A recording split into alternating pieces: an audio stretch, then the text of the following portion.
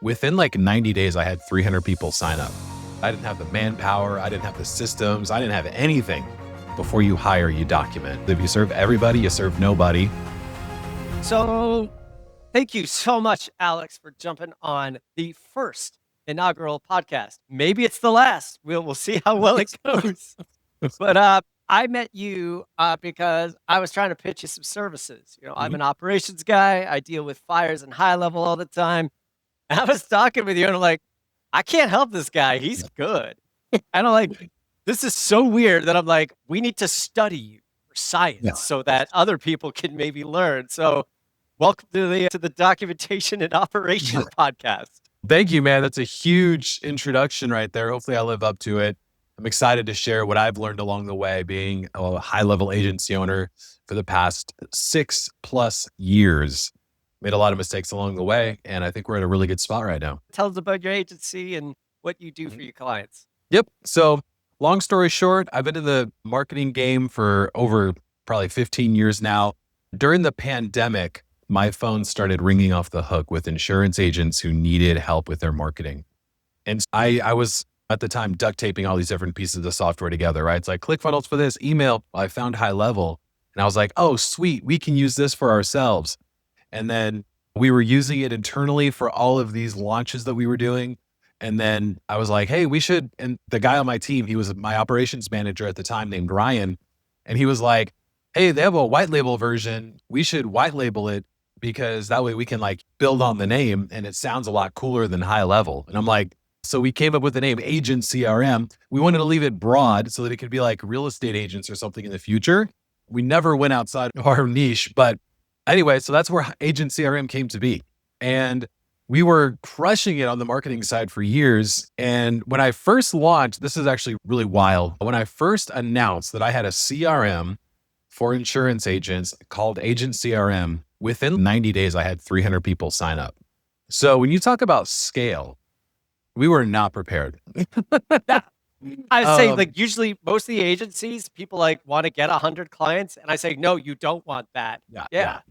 It was wild.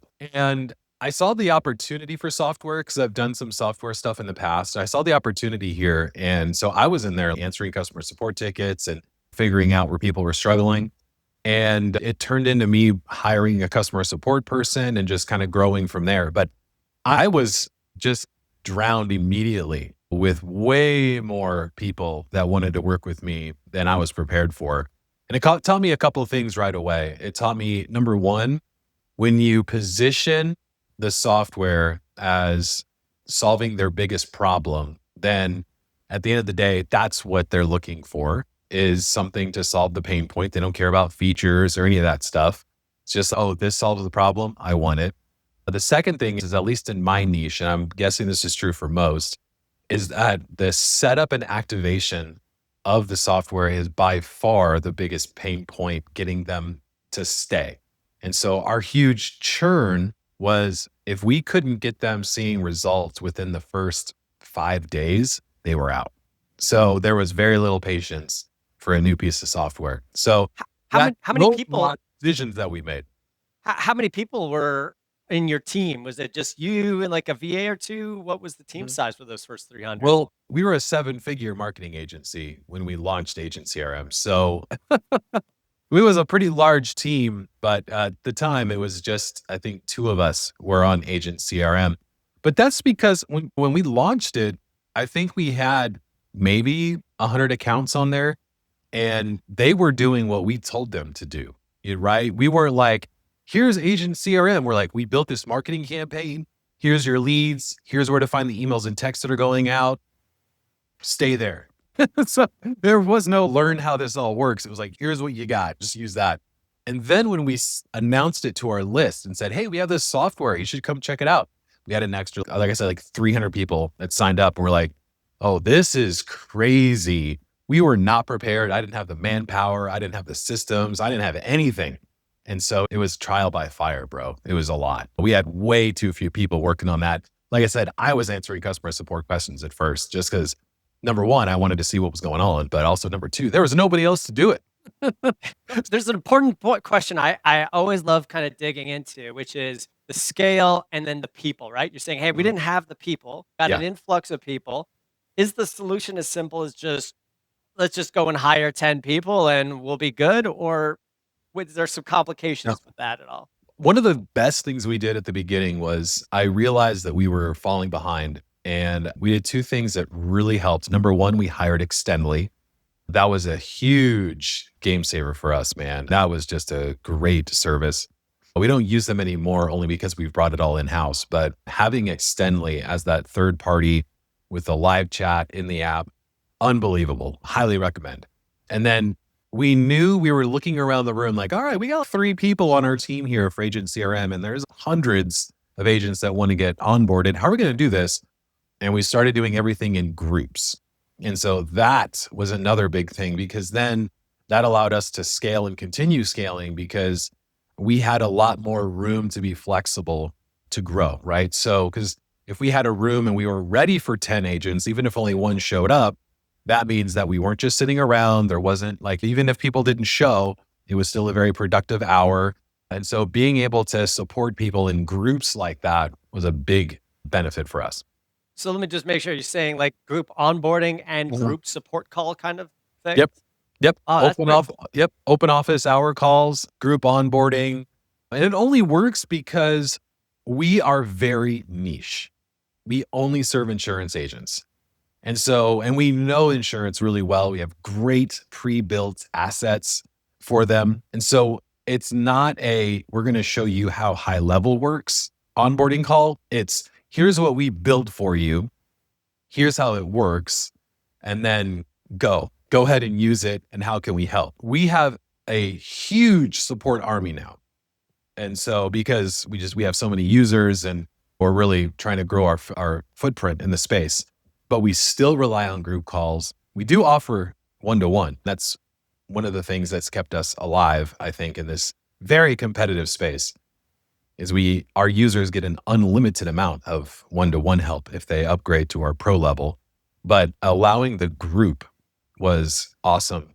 But if you're watching this right now and you're building systems on a one-by-one basis and it's different for every user, the group concept will not work.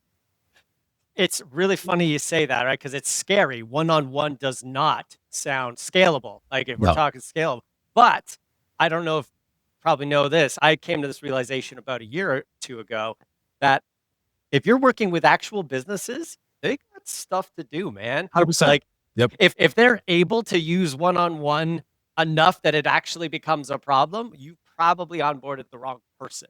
Yeah. Is usually it, right? Could be. Absolutely. And every small business owner comes to the table with a different past, a different goal set, and for their own self, a different belief about their own tech savviness. And if you're not able to meet them where they're at and help them get to where they want to go, then they will leave. It's as simple as that. And so the group calls help because we have a very good structure in place and we have a good reputation. And so they're willing to be patient with us. But we also offer one-to-one help because we know that some of the agents come in and it could be a false belief that they're not tech savvy. And so they just walk into this going, I'm not going to be able to make this work. It's almost like mindset coaching. No, you got this. We can help you. But some of the other agents are on the completely opposite side. And they're like, I know exactly what I'm doing because I've seen Highlevel before. So just show me what you've got different because I've heard about these bundles and I need them. And so we have to be prepared to be flexible enough in our support to handle the agents from all different sizes and mindsets. But we do have a very good system and structure in place that allows us to serve them where they're at.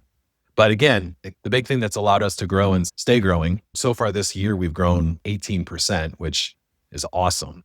One thing we haven't said, by the way, No. so people listening don't know what 18% is, because we heard 300 when you started. Sub accounts you have now, by the way. Sub accounts, we have just under 4,000. Yeah, so 18%. When we're just to put it in context for people, hey, we grew 18%. Like you got another 2 or 3 accounts, you know? Yeah. No. Yes, we've grown by a lot, and the big thing is the activation. If they're not in the software getting results quickly, then they lose patience. And especially now with so much competition in the CRM space, the software space, the shiny objects, like they don't get results quick, then they're out. They don't have the patience to try to make this work. A couple things work to my benefit on that. Number one is my reputation.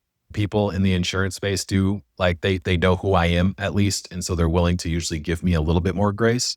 But also the fact that they can see so many users using it, the social proof says, even if I'm struggling out of the gate, which some users do, I know that this works because I can see the social proof over and over again of so many people saying Agent CRM is a good option. Dude, man, there's so many things I'm writing down here. One thing that stands out to me, what you just said, is having the reputation, smoothing Mhm. out the bumps. When we're talking about systems and processes, there's this temptation sometimes to over systemize, right? Everything's like clockwork, mechanical. We got it down to a science. But to get it to that spot is sometimes an impossibility. Instead of plugging every single hole, some holes can be plugged with that reputation, with some Mhm. social proof, giving them a reason to chug on through. The second thing you said a bit ago, but I want to make sure people get this, is when you came in and you onboarded 300 people, you weren't just, hey, trying this out with 300 people, right? This was a process, knew already from the marketing agency side what gets results. And so you had already a game plan. And the reason I wanted to bring that up, because so often agencies, they come in and they hear these stories of people scaling fast and launching fast. But Mm. what they don't know is that it's they're not scaling with their first rodeo. They're making the mistakes on their first 5, crash and burning, doing the next 10, 20 a little better, crash and burning and a little better. You had already done all of that, right? Yeah. So you came to it. So And a huge key from going from the 300 to where we are now is number one, hiring really good people. But number two, before you hire, you document. Because if you bring somebody in who's a rock star, and they have no idea what the heck they're supposed to be doing, they're just trying to watch you. They're going to make mistakes because they're filling in the gaps based on their understanding of what you're doing instead of being able to really get the thought process behind it. So we had a document. I would make Loom videos describing why I'm doing what I'm doing.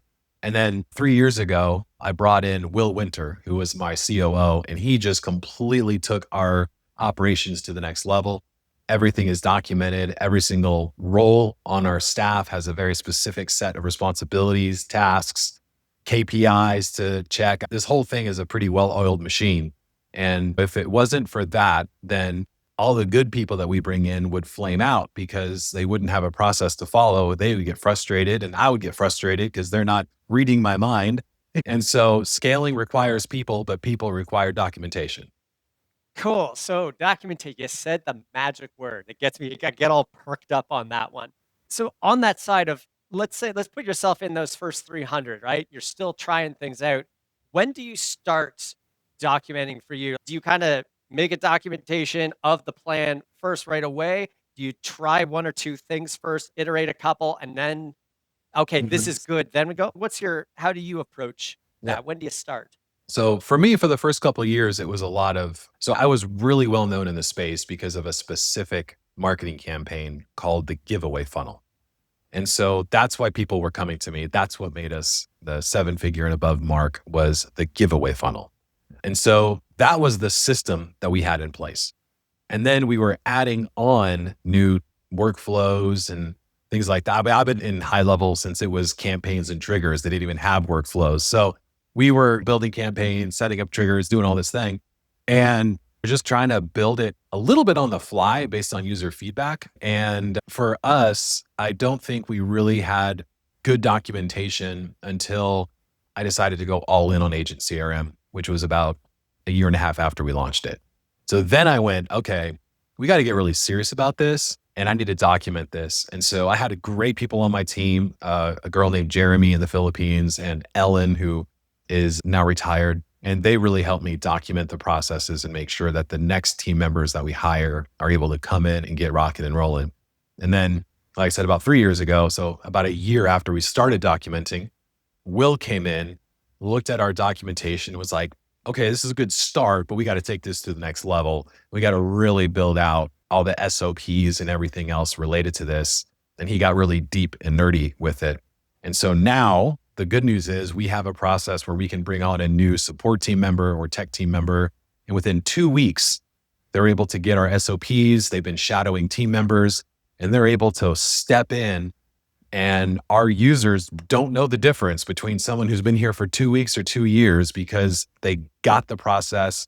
They know the bundles, which is what we call our snapshots. And we've given them some training on the insurance space so they know the language and what to listen for. Let's dive into some of those good starts documentation that just because we all know coach experience. This is a good start, but yeah, we need something new. So let's dive into it, man. What was with those first documentation? What was good? What was your thinking behind it? And then what was ultimately wrong with it? Let's talk with Yeah. those mistakes. So for us, the documentation started with us saying, like, here's our 1, 2, 3 process for getting them in the system, making sure that things are all set up and working. And at first, a lot of it was make sure they have the right templates. And then we use Zendesk for our customer support ticketing system. And so we had macros. And so based on their questions or where they're at, or like we would have them email us back, hey, what step are you on, et cetera. We would have macros that would guide them through to the next step. So it was a lot of like email templates and things like that really helped us document the step-by-step journey that we wanted them to go on, as well as the group calls that we had. Those had a script that worked really well. And so our problem is that as Highlevel's features grew and they added more and things changed and UI changed, now our training videos that we included in the macros needed to be updated. We had tools that we didn't really know how to help our users with because we were still learning it on the way. And so it got our plan on documentation and systemization really good if things were able to remain stable. But in the high level world, they are not, and they still are not. And it's always changing. The videos that you make today are not going to be relevant in December because the UI is always being updated and there's new stuff. And so you have to be able to roll with that. So our initial SOPs was really built on us having a clear path for our users, but we found out the hard way that that just wasn't going to cut it. And so when Will came in, then yes, we had the macros and those were cool, but then it was figuring out what are the systems that we're going to put in place for when things go outside of the lines, right? If we have to color outside the lines, what does that look like? What is our team allowed to do? What do we tell them? Hey, this falls outside of how we can help you and things like that. So, and a big part of that is turning away business. There are some people that just aren't a fit for Agent CRM. And when we recognize that, then we politely tell them, hey, this ain't going to work. And that gets the sand out of the grinds, right? It's because we got to make sure that this machine is smooth. And when we see someone come in that isn't a fit, then it's not going to serve either of us to try to make it work. And so there's a lot of other great CRMs out there, like high level white label partners that they could work with. They could get their own high level at that point if they want to. But if they're not going to fit with how we serve and support them, then we're not going to try to make our systems fit, especially just based on the number of users that we have and how big our footprint is. Yeah, So what I see all the time on that, it's when you have a divergence from the process, you either need to improve the process or you need to say, but if you try and do that every time, yeah, a new person comes in. Sometimes this person shouldn't go in. And what I love about documenting process, if I can soapbox just a little, a lot of people is that when you don't have things documented, right? Boss says, oh, special client, let's get it in. Oh, this guy, just treat him really good. What do you mean treat him really good? Which process am I going to break for that? What it also does is it's a really great cycle. Then it tells you your qualifiers in marketing and sales, because sales, if you have a salesperson, they're on commission, they're going to want to sell to everybody, yep, right? But if you yep, have a saying like, hey, these customers don't fit our process, you can give that feedback and give them something tangible that says, hey, this person is just going to refund on day 3 if they come in, and it gives them that nice feedback side. yeah. To me, it's putting things set in stone so that you can't just, we'll make this special case later. I love that. Yep. Yep. One of the things that I have an amazing sales team. And one of the things we talk about is listening for those red flags. And so if somebody comes in, they're on the call and they tell us that they've never been able to find a good CRM, or every CRM every high level person they've worked with just hasn't lived up to their standards. that's a red flag. And 9 times out of 10, they're not a fit for us, and we won't sell them Agent CRM. We won't let them in the door because they're already telling us they're going to find fault with us and they're going to want to leave and they're going to badmouth us to other people. I'm like, there's a lot of people that are in our space that serve the same clients that are doing a great job. And if they didn't find that either of those were good, then it's going to be on them and not on the people that also serve insurance agents. So being able to spot those folks is huge, which I think comes down to the marketing, which is one of the biggest things for an agency to dial in is if you're looking to grow and scale, you better get really clear on who you serve, because if you serve everybody, you serve nobody. And so for us, we said we serve the insurance agent, the agency owner. That's who we serve. And if you're not that, then we don't serve you, even though we're rooting for you.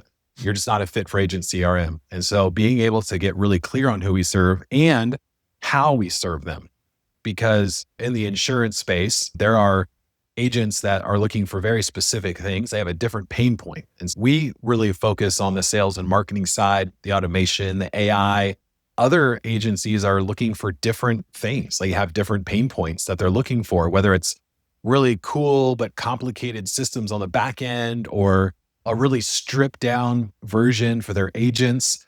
Neither of those use cases fit how we can serve and support them. We're not going to go above and beyond in creating really complex workflows. And we don't want to really strip down the agent CRM experience to fit somebody else's needs because it robs the agent from the power of high levels. Because we're so clear, it makes the sales process a lot easier because now we're signing up people, give or take 100 free trials a week. And so people are coming in, they know exactly who we are, how we serve and support them. And then we're able to kind of say yes or no to folks as they get into our world and start using the system. And it helps. It helps everybody. It helps us get a really good name in the space because they know that what we do, we have a really clear objective, and it helps my team because I don't want to burn out my team. My team is really important to me, and I don't want to bring somebody in that's going to cause stress or make it difficult for them. And so I want them to be able to show up to work every day excited to serve the insurance agents that are in our world and knowing exactly what they're supposed to be doing in their role to meet the goals for the insurance agents that use Agent CRM. Hey, man, that's friggin' fire right there. So I know you have a tight budget here, and I think I got one last question Yeah. for you, if you don't mind here. And it's, what are the things that you see in businesses that should be written down that are not? And obviously we got there's the tasks and all that, but what are some other things that you see that need to be written down that you don't, that aren't? Yeah, there's a long list. I think having a good solid 3-year plan and knowing exactly how you want to grow and who you want to serve as you grow is going to be big. Documenting exactly who you serve. I like to write sales letters and I put a fake name in there and I write a sales letter to the insurance agent explaining exactly how I'm going to serve and support them because it reminds me of who I serve and why I do what I do and what I'm looking to upgrade or change in the future. And then all the processes, we can get really nerdy If on you don't that. go back to that one. That one Yeah. that's freaking cool. Go in. So when you're saying a sales letter to, set that one up again. What kind of what is that? Yeah. So Like, one of the things that I learned from Russell Brunson, I was in coaching with him and he talks about writing a letter to a specific person. And I think he heard this from somebody else, but anyway, I got it from Russell. And so you identify exactly who it is. You visualize that person. Who are they? Right. So for me, I'm thinking in my head, I have a few different avatars that I think of, but let's say it's a 40-year-old insurance agent. She's crushing it. She's got 1 or 2 team members and she's looking to get to the next level. She wants to make sure that she can recruit 1 or 2 more agents this year without straining her budget or her time. And she's looking to increase her footprint in the community. That's a very specific person, but that's who we serve, right? And so I write a sales letter to this person. We'll call her Sarah, right? Because I just pick a name. I visualize her. I go, okay, I'm sitting in your business. I'm talking to you as a coach, and I'm saying, this is how Agent CRM is going to help you get to the next level based on what you just told me, even though I'm imagining it in my head. And that helps me really get clear on how we serve and support our users, as well as getting really clear on me looking at the different ideas that we have and saying, which ones are actually good for us to execute on? Because there's all these different things that are coming at us.